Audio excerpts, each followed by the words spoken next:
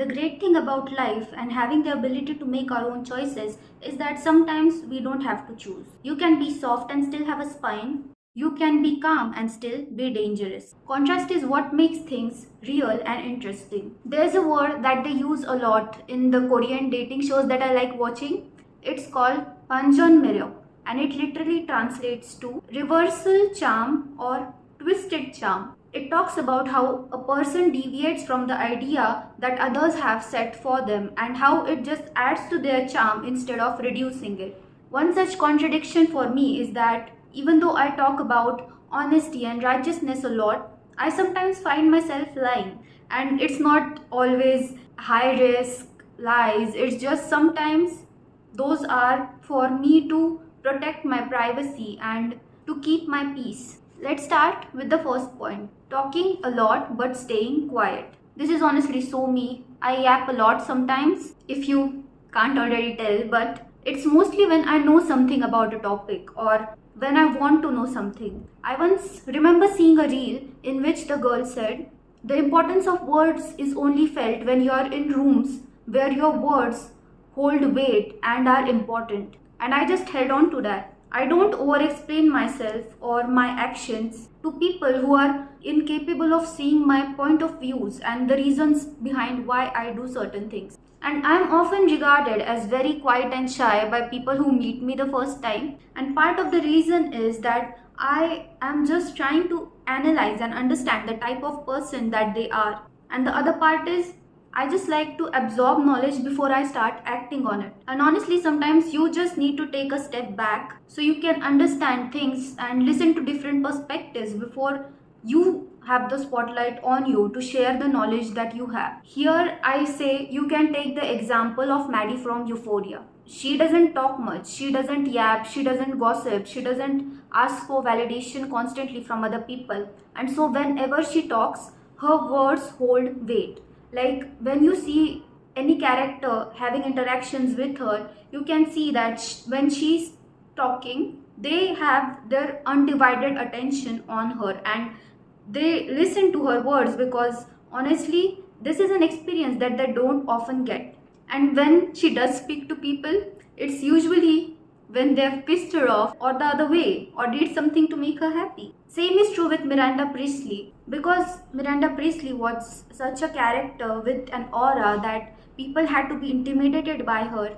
Meryl Streep decided that she should speak in a lower voice so that people need to come closer to listen to her. Otherwise, all the talking she does is mostly from her eyes and from her expression. The second point is be open and honest but also private. With the whole internet making their lives, their families and their relationships so public these days, it's a breath of fresh air when someone puts a wall between you and their private life. It makes you more curious but also more interested in what type of person they are and what they are doing or what they want.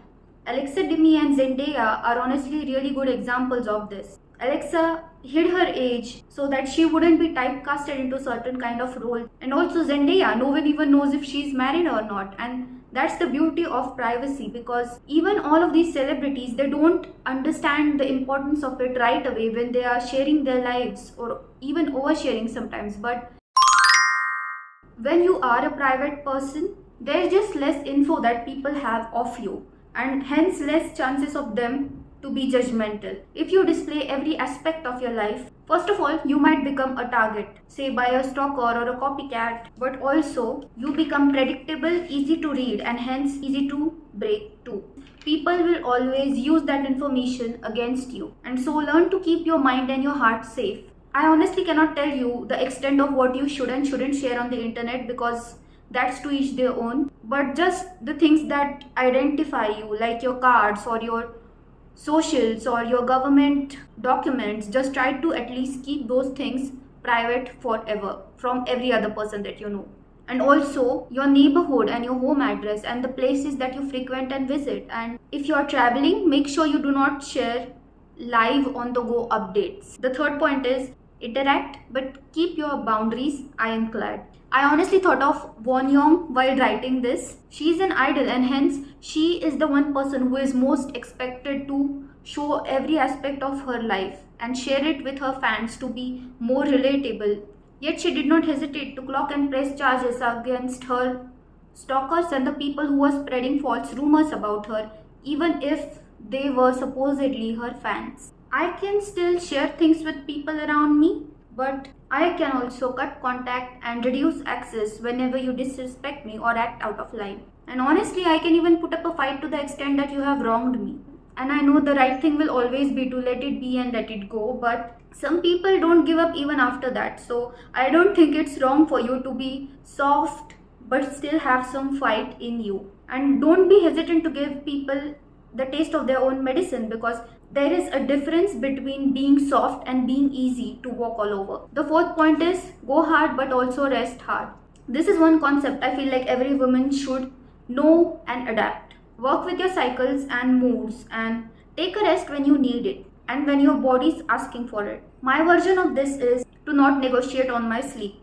I need to get my 8 hours of sleep in, and sometimes I even extend it to 10 hours before and during my periods. And even during, if I feel like I need afternoon naps, I even take those. You always need a mood reset and make sure that you get it. Have a rest day every week, and on that rest day, just do your skincare, watch a fun movie, go get a massage, or walk to a park and just have quiet time for yourself and for your mind. The key is moderation and finding balance for you, even in your daily action. Do your skincare every day, put on a little makeup if you like it, put on lotion on your hands, and also carry that same mindset in your diet. A sweet treat once a day is okay, but don't just replace every meal with processed food and fast food and food that you get on the go, because that won't be good for your body. Honestly, just eat more whole foods and even meal prep sometimes. This just feels like I'm going on a tangent now, so next point. Living in chaos but getting everything done. This just describes me. I don't know if you relate to this point or not, but I just know a lot of us can function well without deadlines and the last minute pressure. And most of my really good stuff gets done when I'm working on it till the last minute. And that's not to say that you should keep putting things off till the last minute or even procrastinate, but just rather make fake deadlines and things that make you have that urgency mindset to finish your task. And honestly, it just stays on my mind until I'm done with it. So I'm the type of person who needs to get everything done quick and fast, and I'm so annoyed by slow people. But maybe that's just me, and I need to find some peace and quiet and slow time in my life, and I'm working on it. The next point is be creative and spiritual, but also be analytical.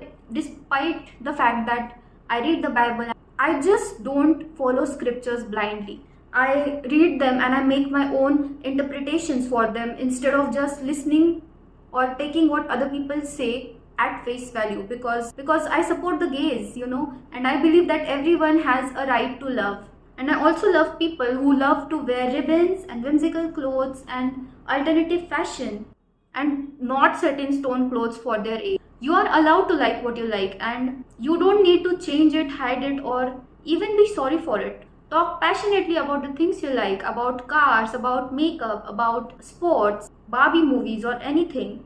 You don't need to box yourself up just because you have become a professional adult now, because it's also a part of your charm and it is what makes you unique. The seventh point is you can be independent and still want connection. Another way to put it is you can love people but still have self-respect. Now, some videos back, I talked about how I hate marriages and the concept of it, and how this is not a good world for kids to be in, but honestly, none of those outcomes for me are set in stone, because I have loved ones and I have people that I care about around me, and I would do anything for them.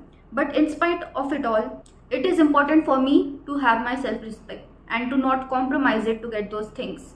I don't tolerate being used and trampled over and still giving the same people same chances and the same treatment as before they wronged me. A really good example of this for me is Rihanna. She is strong, fierce, and also a lover girl. And she gave an abusive man a chance, and honestly that did not end well for her, but she did not fall into patterns of it.